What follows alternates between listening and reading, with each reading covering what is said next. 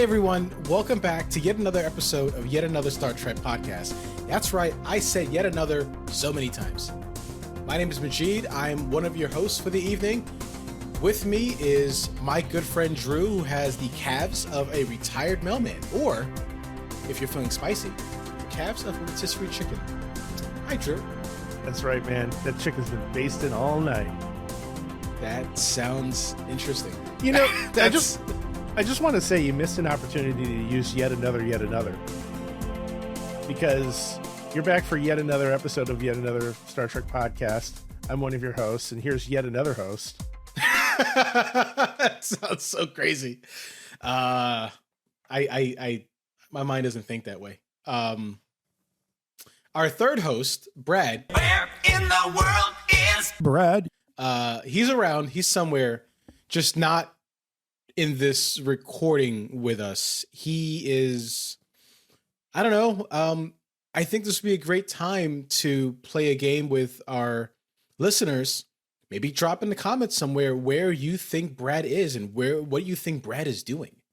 We can get as crazy or as realistic as possible.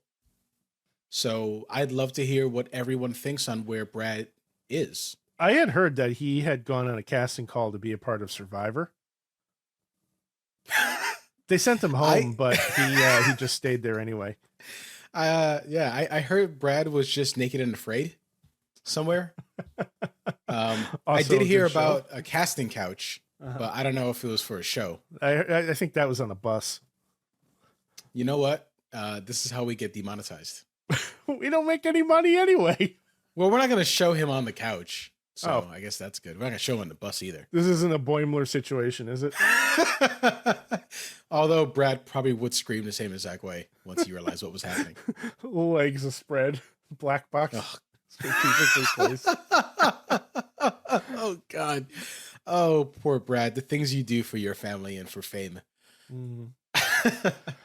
Hey, Drew, how are you doing, buddy? Oh, man, I'm doing all right. I'm tired, you know. It's I spend like one of my days off just catching up on missed sleep because I work like a god awful schedule, and you know it is what it is. So yesterday was kind of a wash. Today I actually put some jeans on and tried to be a little productive, and you know I think I did all right for myself. You know, baby steps, right? Yeah, no, totally. Got a workout in. That's great. Did you do legs today? I do legs every day, buddy. Right. Because you have to climb stairs in your house. Right. Well, no, I live on a ranch, so there are no stairs. But no, I mean, in all seriousness, though, most of my workouts are full body, so I'm at least doing squats or lunges every workout. Unfortunately, with my schedule, I'm only working out like twice, maybe 3 times a week. So, you know, not the most effective routine, but it's the thought that counts. I wonder if you could survive a leg workout with me. I probably wouldn't be able to do the weight that you're putting up, but I bet you I can go with you. Yeah, I mean, honestly, there's some days I train for just volume. Mm-hmm. So just, just adding weight and, see what you can do. And, well, obviously with proper form. I've got, I'm going to have weekends off for a little while soon. So, maybe we can make that happen. Oh man, I would love it. There's a gym in North Haven, Connecticut. It's called Monterey Brothers Powerhouse. I've heard of it. They're not paying me. I'm not paying them because I don't have a membership there. I went there once and I love it there. It's like an old school bodybuilder gym.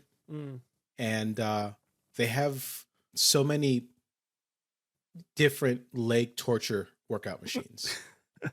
Well, I can assure you that I have no business being in that place. So, maybe we could just stick to your regular gym or my garage. My regular gym is your garage. Remember, you work during the day, so. That's why the door's been left open. So that's why Metro is always fed. Funny story though. This is an interesting segue to a story I had not planned on telling on air. Okay. All right. So we've been noticing that both of our cats, Dax and Metro, have been curious in regards to the basement, right? And we don't have a particular reason for keeping them out of there. Our basement is fairly empty. We just have some stuff. But I just don't want them getting in the habit of going down into the basement because there's a very narrow breezeway that connects the basement door in the kitchen to the garage, right? And both our house is an older house, so all of our doors close with various degrees of effectiveness, which is to say that the kitchen door and the garage door don't really close unless you slam them, right? So a couple times we've come home from running errands or wake up in the morning and go into the kitchen, and the door in the kitchen to the basement has been open. And I'm thinking to myself, well, maybe we just didn't close it all the way or something like that, right? Apparently, what I didn't realize was that Dax had been opening the door and going down into the basement without us knowing. And so my wife comes home from running errands one day. She sees that this door is open, and she's like, oh, one of us must have left it open ajar. It blew open, swung open on its own. She goes and closes it shut. And then we're chilling in the house, and we realize that we haven't seen Dax for a little while. And we think he's probably just in the bedroom sleeping or something. Maybe he's under the bed. All of a sudden, we start hearing like this very muffled meow. This poor guy got locked in the basement because he had opened the door, wandered downstairs. We didn't see him. And then we closed the door on him. Ooh. So cats are known for their revenge, right? Hey, it was his fault. Yeah, that's victim blaming. that's he deserved it. He'd had it Listen, coming. I'm no lawyer. I just watch a lot of lawyer TV shows, and I'm pretty sure that's victim blaming. So I will say objection. Okay, Ace Ventura, or was it? No, Phoenix Wright.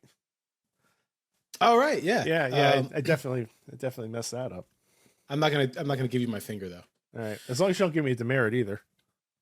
Oh, I haven't. Well, listen, that was a Brad thing. I did that just to get under Brad's skin, but yeah, but Brad's not Brad's here, man. Brad's touring the country, with the Insane Clown Posse. So he's a gigolo. Oh goodness, that would be a good Photoshop. Yeah. So real sexy. We got an episode of Star Trek today. Yeah, we did, and it was a very sexy episode of Star Trek. I can't wait to get into it. So why don't we just jump into it? Yeah, let's get started, man. Let's talk about season 2, episode 5, The Apple.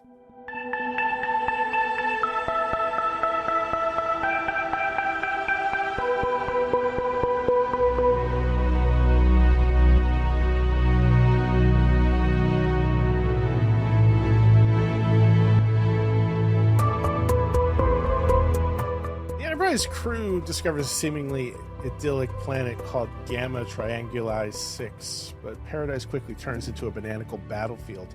Mysterious flowers spew venomous darts, and red-shirted ensigns drop like flies faster than a Klingon's one-liners. It's a horticultural horror show, and Kirk smells danger more pungent than a Ferengi's business deal. There are so many. There are so many puns, back to back. Oh, that's okay. I'm sorry. Continue. As the crew investigates, rocks start exploding, and well, after 3 men bite the dust, they finally encounter the locals, the feeders of Vaal. However, the serpent of trouble slithers in when they discover that the Valians worship a godlike entity named Vaal, which is literally just a cave entrance that looks like a snake head and has glowing eyes and fangs and sharp, pointy teeth. Cue Spock's raised eyebrow and McCoy's medical skepticism as they ponder the true nature of this divine gardener. So we spend about a good 20 minutes of this episode with the crew wandering around, wondering why they're getting picked off one by various things in this Garden of Eden. And then they finally come across this one Valian. He's been hiding and watching them in the shadows, right? Kirk punches him once and this dude starts crying. This dude is jacked. Like, he is not small. He's shredded. Yeah. He takes a punch to the face and cries. I love that because Kirk's like, I'm not gonna hurt you. I'm not gonna hurt you. After I just punch you in the face. He's crying. Oh my He God. says, well, you hit me with your hand. It's like, Well, he's like, I won't hit you again. it just screams domestic abuse. Yeah, I've had that same conversation with my wife. Was she saying it to you? Yeah, she's like, yeah, but you just, well, I'm like, no, you just hit me. Yeah. I mean, it's my fault though. I should have put the dishes away properly. Yeah. And you shouldn't have fallen down those stairs either. I shouldn't have ran into that door. Oh, this is gonna come back to bite her in the butt. Yeah. So, what do you think of this episode so far, up to this point? I think that going from Mirror Mirror to this, I was like, this is not gonna really be that good of an episode, but I think it was interesting enough. We have more transporter problems, and you would think, yeah, after the last time you'd fix it. But nope, still got more transporter problems. Look, man, I think you're going to come to realize that the transporter is always broken. Oh, really? Is that like is the term MacGuffin? Am I using that right? I don't know, but sure. Why not? All right.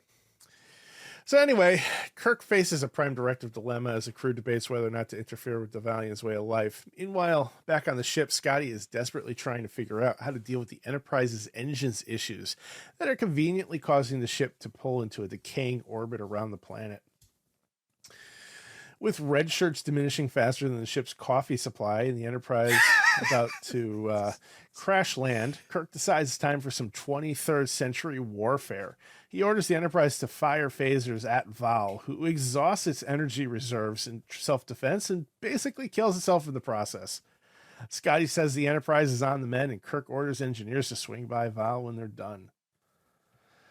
As the Valiants face a world without their godlike gardener, Kirk tells the villagers to wink, wink, nudge, nudge, and say no more when it comes to discovering their humanity. But back on the ship, Spock questions if they've just driven the villagers out of paradise, like in biblical Genesis. Not the Star Trek II Genesis, that's a different Genesis. Kirk and McCoy wonder if anyone on the ship could possibly play the role of Satan. Well, I guess it's you, Mr. Spock. To sum up the episode, don't stop to smell the roses because it might have darts. Don't stop to eat an apple because it might just be a snake in a cave. And don't step on any rocks because, well, they might explode. Well said. What's up with those exploding rocks, man? I don't know. The rock that I'm familiar with doesn't explode. Who? He's just explosive. Wait, no, you're not doing this to me again. Listen, for the listener, wherever you are, Drew likes to mess with me when it comes to Dwayne The Rock Johnson. The one listener. To the listener, the one listener. That's accurate. I mean, we have others. We have two. I mean, yeah. Listen, stop it. Drew likes to mess with me when it comes to The Rock. And I showed him I was proud of my Project Rock t-shirt that I got from Under Armour today. And Drew's like, who's that? I'm like, shut up. After I cried internally. Well, I still don't know who Project Rock is, but the shirt looked nice. That's just like, listen, I have to, if we don't support The Rock's various financial endeavors, who will? Anyway, so is the Enterprise like the horniest ship? It sure does feel like it, right? Like, I think everybody on the Enterprise is going to Bone Town all the time. Like, they are like Chekhov today. That was... Oh, man, that was slimy. Oh, goodness. He's like, I've been waiting to get you alone for a long time. Oh, man. Yeah, not a Wouldn't fan be of doing that one. if HR was there. Right? Even Scotty in this episode was like, boy, I'd sure like to go down to the planet and see some gardens and stuff. We had a lot of sass in this episode. Yeah. Which I love sass. I love sass from Bones because it's just, it's classic Bones, but we also got it from from Spock. Yeah. There's Spock gets shot in the chest with roses, he then gets propelled backwards by the force field, and He got lightninged too. he got lightninged. He got lightning too. Oh, right at the end, yeah. And Kirk is like, "Oh, force field." He's like, "No, Sherlock." Oh God, yeah. Spock took a beating in this episode. Yeah, Spock took a beating, and Bones. Did we finally get the "He's dead, Jim" quote? We've had that. We had variations of it anyway. Okay. I think in this one, I think he just said he's dead. Oh, I don't think he said he's dead, Jim. But we've gotten that already. I'm almost positive. yeah, that's. I man, it's it was like this. There was so much going on in this episode. There was just so much going on. I won't lead on if I thought it was a good or bad episode. I want to save that for the review, but the culture was being kept alive, right? The followers of Vaal. They're being kept alive by this machine. And there's a certain number of them. So who is it? Who was with them? The woman that was with them. The yeoman? Uh-huh. What the hell's her name? Yeoman Martha Landon, who was apparently a ninja. In real life? I don't know. Did you see her throwing down at that fight in the end of the episode, though? Oh my God. God. That fight was fantastic. She did a judo throw or a jiu-jitsu throw on one dude and then kicked another one in the face. Oh, that fight, by the way, I'm pretty sure that that Chekhov kicked the guy in the nuts. That sounds like something Chekhov would do. Yeah. I didn't, man, Chekhov, just what a horn dog that Chekhov guy is. But yeah, no, she was definitely throwing down. She went to the Kirk School of Combat Survival. I think she's teaching there. I will say though that the fights have definitely gotten better this season. Yeah. These are fights that I'm less inclined to roll my eyes at. So they put more of a budget, more of an emphasis. Maybe William Shatner took some combat training too. Who knows? Yeah, I think the camera work has been better. They've been, I think, showing the fights in a more action-packed manner. Getting some interesting angles. Like I think about in Mirror Mirror when Spock was fighting 5 people at once, and they had this above view from like the ceiling, looking down on him, just manhandling, the guys from the Prime Universe. So we had some pretty dynamic shots in this one too. Yeah, so it's either they are hiring more experienced cinematographers or camera operators, or they're just paying for better camera rigging. Because that's always both. a thing. It's probably both. But no, I would agree with you. I think this season definitely is more action packed and appealing in that way.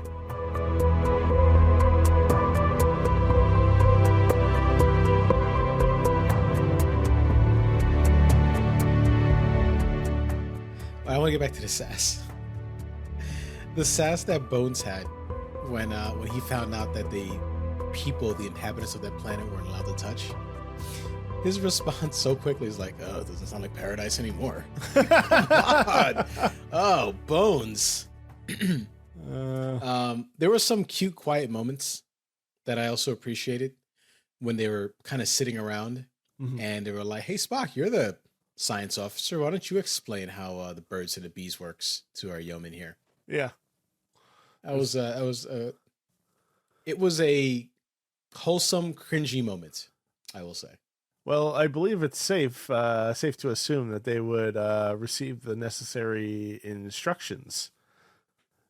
And McCoy's like, from a machine? That I'd like to see.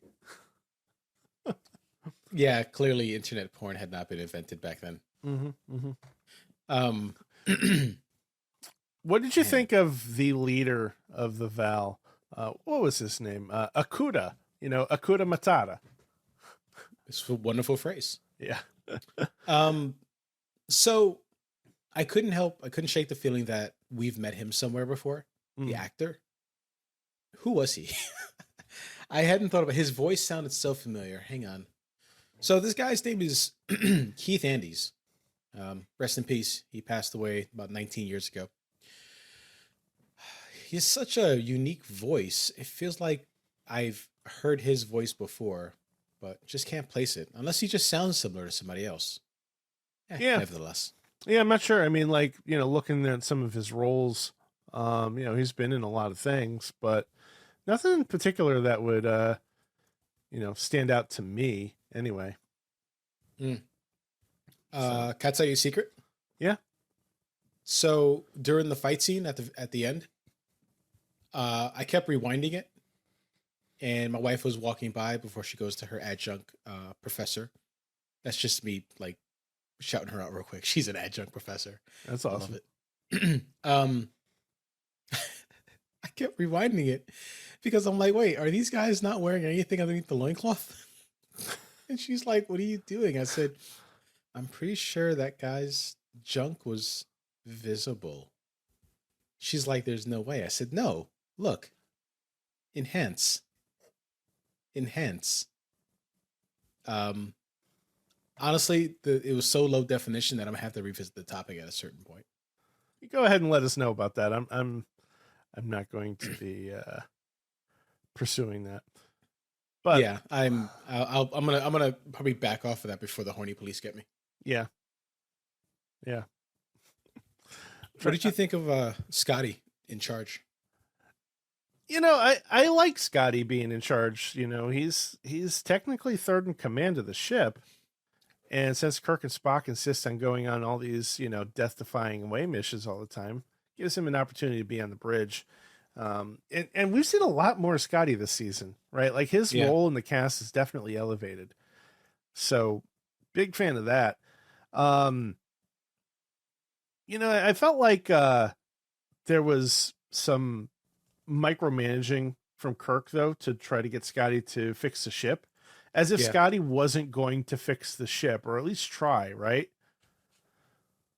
He kept telling him he was fired. Right. Yeah, it doesn't work that way. You have to bring him down to the planet and then shoot him. That's how you get fired in this universe. Yeah, like seriously, like you're stranded on the planet and you're telling your officer that he's fired. Like let's say you weren't joking for a second, right? What's to stop him from just leaving your ass there? The gravitational pull. That's what's stopping him. You're gonna say the implication. No. The implication is what Chekhov was using on the yeoman. Oh, right. Yeah. Fair. And if no one's familiar with that term, just look up the implication. It's Always Sunny in Philadelphia. And you're welcome, because it's the classic type of It's Always Sunny in Philadelphia quote. I have a feeling you don't even need to put Sunny in the search. Just put the implication. The implication? That's okay. Probably all you need. Right. Because of the implication. That's exactly what it is. So who have we seen in charge so far? So we've seen Kirk in charge. We've seen Spock in charge. We've seen Sulu in charge too. Yeah, we haven't seen Charles in charge.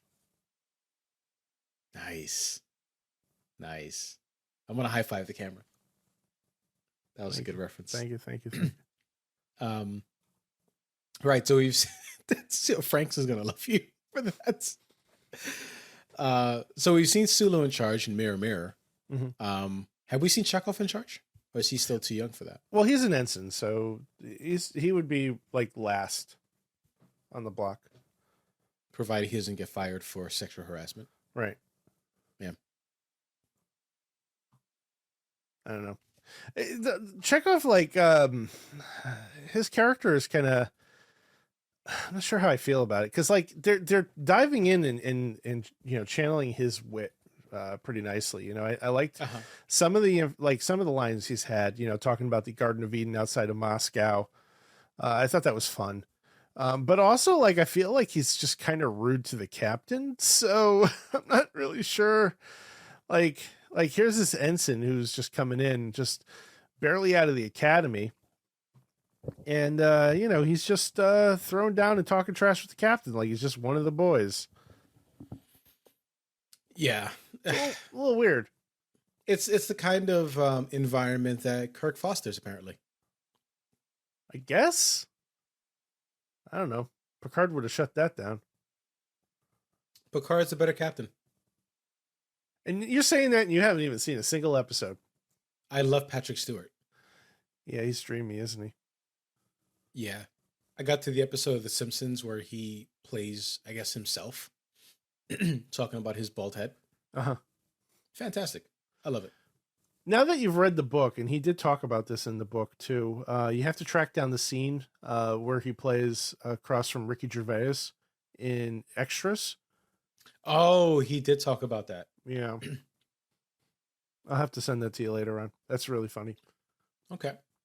So apparently there's this episode, it deals with the concept of a seemingly utopian society, which it's a far cry from what we have today, Yeah. This place was peaceful and it was untouched, mostly untouched by man, right? More or less, yeah. The machine is keeping them alive. But now what happens? What happens after Kirk has... Wow. Doesn't he mess with the Prime Directive here? Well, yeah, that they're kind of talking about that. And yeah, I would say Kirk absolutely violated the Prime Directive. He interfered with the natural order of this society. I know they need to get rid of, get off the planet, and maybe destroying Vaal was the only way to do it. But by destroying Vaal, they also destroyed this culture's natural evolution. And Spock was saying the entire time, whether or not we agree with their methods, they're healthy, right? They're clearly surviving, they're flourishing. So who are we to say that what they're doing is wrong? Because they're not harming anybody else. They're not. And the only reason why they were going to harm the crew stranded is because they did mess with the natural order of things. Right. Because Chekhov was a horn dog. Right. Yeah. They would have been fine otherwise. Yeah, they saw Chekhov putting the moves on that girl, and they're like, yeah. Yeah. Yep. All because of the implication. All because of the implication. Yeah, he's clearly not going to say no.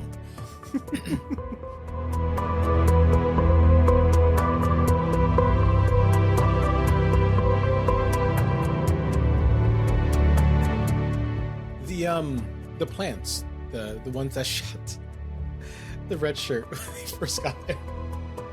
I laughed. I said, this is why Kirk has you standing in front of him. Yeah, so at first I thought it was a camera just kind of panning slowly, and I thought it was going to zoom in, or maybe it was one of those submarine things, coming out of the water, looking around. I had no idea it was just going to proceed to spit darts at people, Yeah, I hadn't considered the possibility of there being this subterranean, level where people are watching him. I did think someone was watching him though from inside the cave. I thought we were going to see some type of creature or giant IBM fax machine. Yeah, real missed opportunity with the cave. They could have shown us so much more. Yeah. With the creepy green eyes, they could have explored a little more with that. I agree. But I mean, still not a bad way to go. Though Kirk was wrong in blowing that thing up. Well, I mean, how was he going to get off the planet though, right? I feel like he could, if he was a little more diplomatic, he could have worked with Akuta. Yeah. Akuta. Yeah. Yeah, I mean, maybe you're right. Maybe he jumped to the let's blow it up plan a little too quickly. Yeah. They I mean, I still have to remember that TV back then, even TV now, network TV and broadcast, basic TV, still deals with commercial breaks. So you have to still contain within. I think this episode without commercials is 50 minutes. I think that's what it was. That sounds about right. Without, yeah, 50 minutes. And that includes a 3-minute title sequence. Right. And not to mention the end credits. So that's what, let's call that a 43-minute episode. Right. At that point, you have to get a 3-act structure, establish the plot, the conflict, and the overall resolution. Mm-hmm. And it's a lot to pull into, so I guess we really can't blame them. I say we look at like Discovery now. Discovery can pull off like a legit 58, 59-minute episode. Right. You know, even if there's an act break, there's not necessarily a commercial. And if you're an ad free. There were episodes of Discovery, if I'm not mistaken, that were less than 40 minutes long. So Really? Yeah, so like when you're in the streaming world, like you have that freedom. You know, you don't have to necessarily abide by that strict structure. My wife and I just finished watching For All Mankind. We're caught up with that now. Mm-hmm. And there are some episodes that were 50 minutes. The season finale that we just watched was 1 hour and 16. So, you know, we're not held to these standards of commercial breaks anymore. We still get it. Obviously, there's still a lot of TV that's formatted for commercial breaks, and a lot of these shows, after they've aired on streaming, they live life on networks that have commercials. So like they do have to keep it in mind to some degree, but it's not as strict as it used to be by any means. Yeah.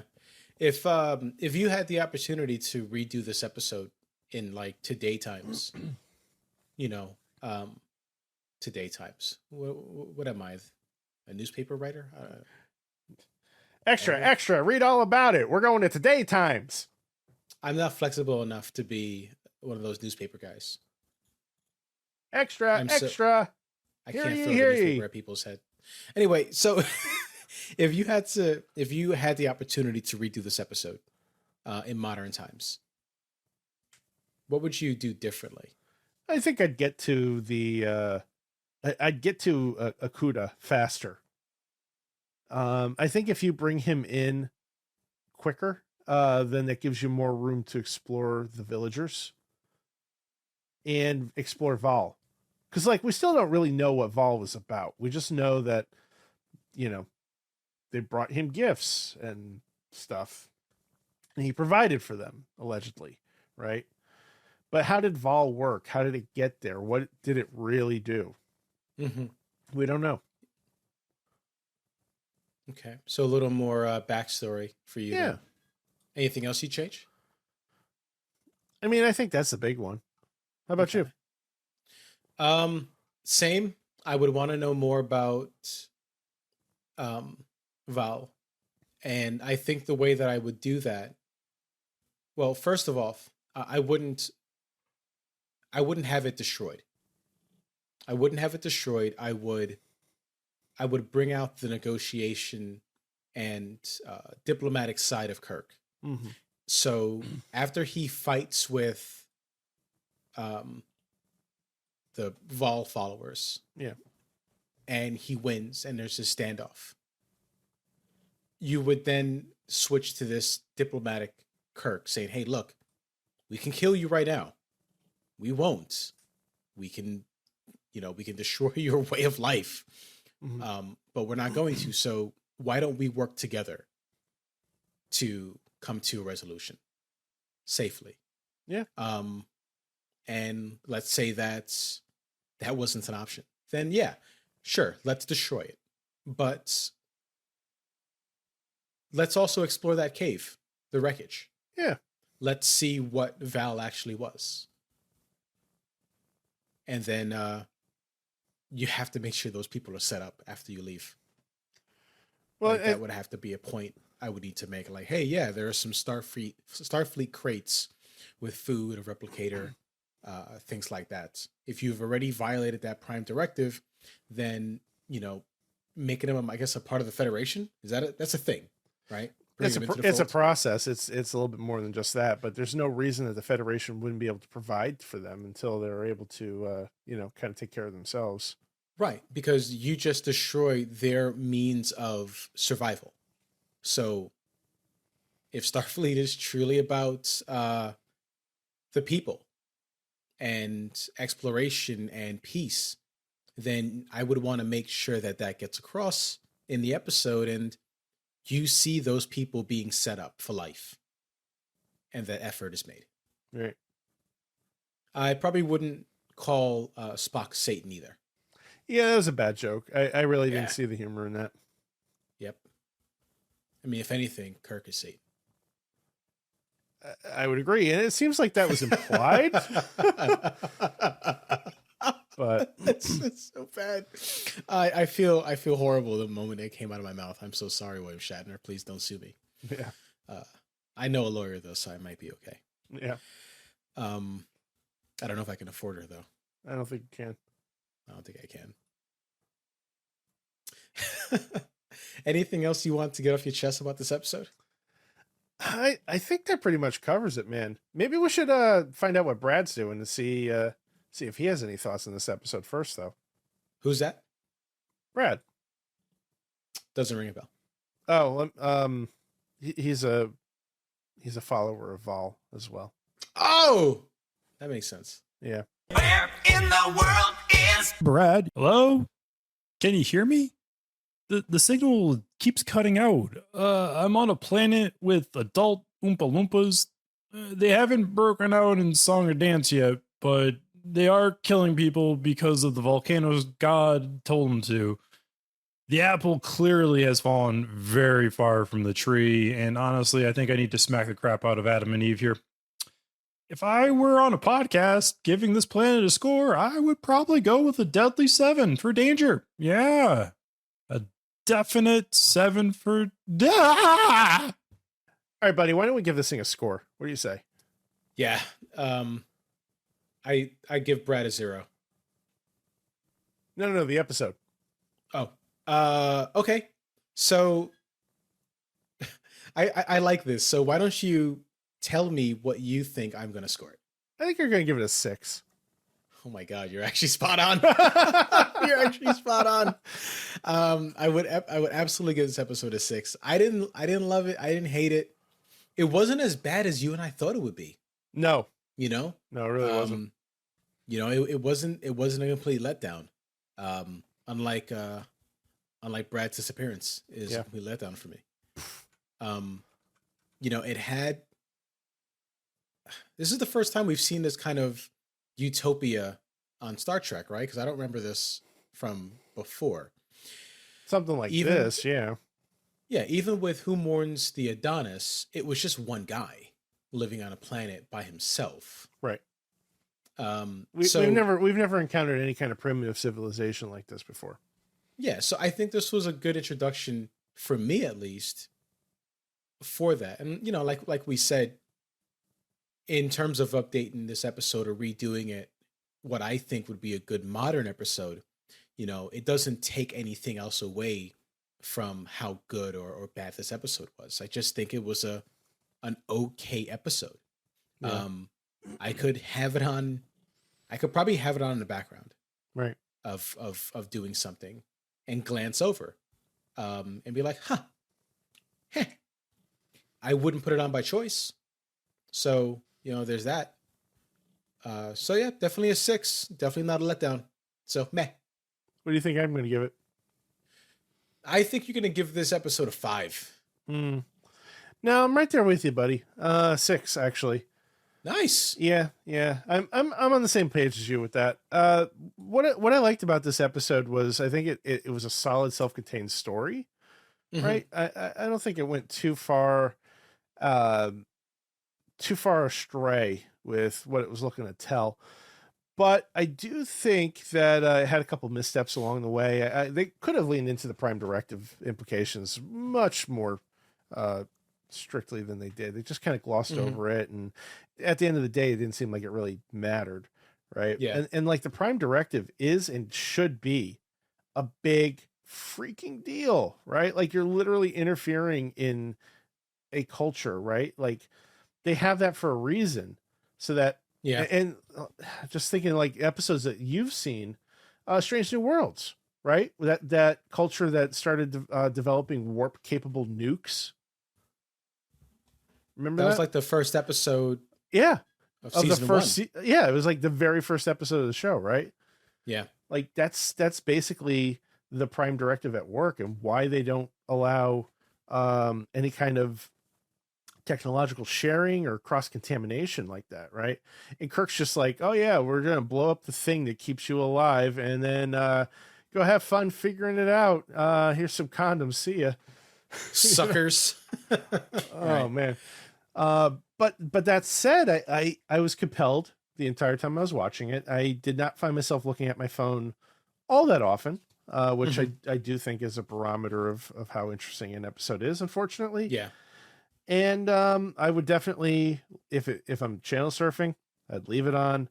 Wouldn't choose it out of a playlist, but certainly wouldn't be opposed to watching it again. Definitely surpassed my expectations. I walked in this expecting Oompa Loompas. Like the little purple people? Yeah, like from Willy Wonka. They're not purple. They're red with white hair. Oh. I'm not going to get political, so I won't say what I'm going to say next. I'm sorry, they have green hair. My mistake. Okay. Yeah, I won't get political, so I'm not going to say what I'm going to say. I don't get it, so you're going to have to tell me off air. I'm definitely going to tell you off air. I'm definitely going to tell you off air. Oh, goodness. But yeah, I'm going to stick with the 6. Okay. All right. And we'll just guess what Brad gave it. A DNF did not finish. Did not finish. All right. What do we got next week? Oh man, I'm excited for this one. I was surprised when this episode finished playing and the next one queued up.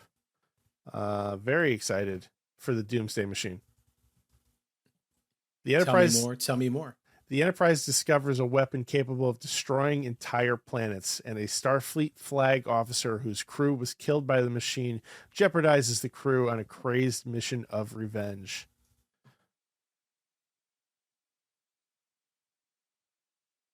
Cannot wait. Oh, yeah. No, I thought that you were taking a dramatic pause. No. That was it. That was the description.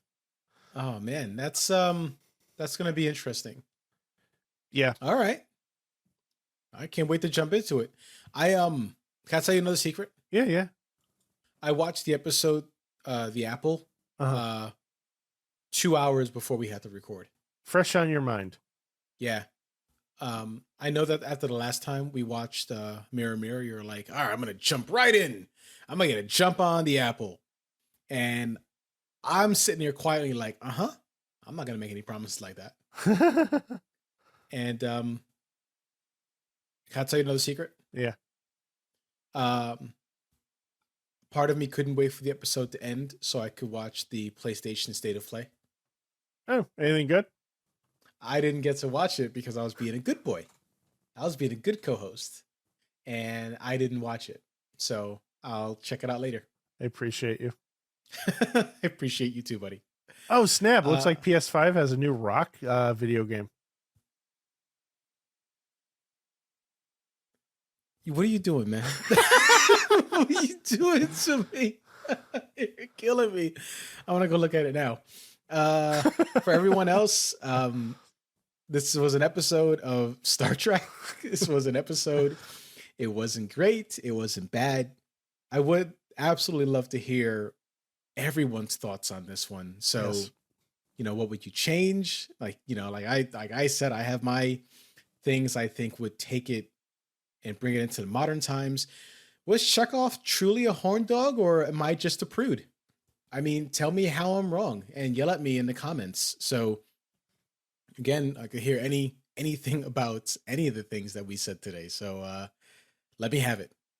Yes, let him have it. Let you have it too. You keep me out of it. Just unless I'm right, in which case tell me I'm right. Right. Tell him he's right and rub his head just gently. Yeah. All right. Well, until next time, everyone. See you next week. Peace, love, and soul. You know, I say see you next week, but it's every 2 weeks. I know. Don't do that to me. See you in Bye. 2 weeks.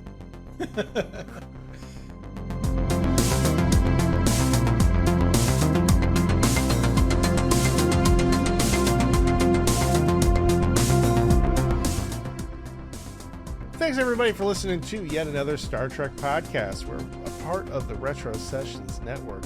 This episode was recorded on January 31st, 2024. I'd like to thank you for tuning in and listening. We have all kinds of links available in our show notes. If you want to check us out on social media, we're not difficult to find. Everywhere you can think of, we are at yet another ST Pod. That's on Twitter or X, Blue Sky, Facebook, Instagram. We don't really use all of them, but you should follow us there anyway, because you never know when we might start posting on one of those social medias again. Of course, we've got a website, www.yetanotherstpod.com, and of course that has links to our YouTube page as well, RSS links for iTunes, Spotify, anywhere you can think of, you can listen to us. We're available. We also have two very special people that we'd like to thank. First up, William Grubbelaar. He wrote all the original music for the podcast. That includes the songs Warp Speed and To the Stars. Check him out on SoundCloud. Lots of great work there. Dude's a genius.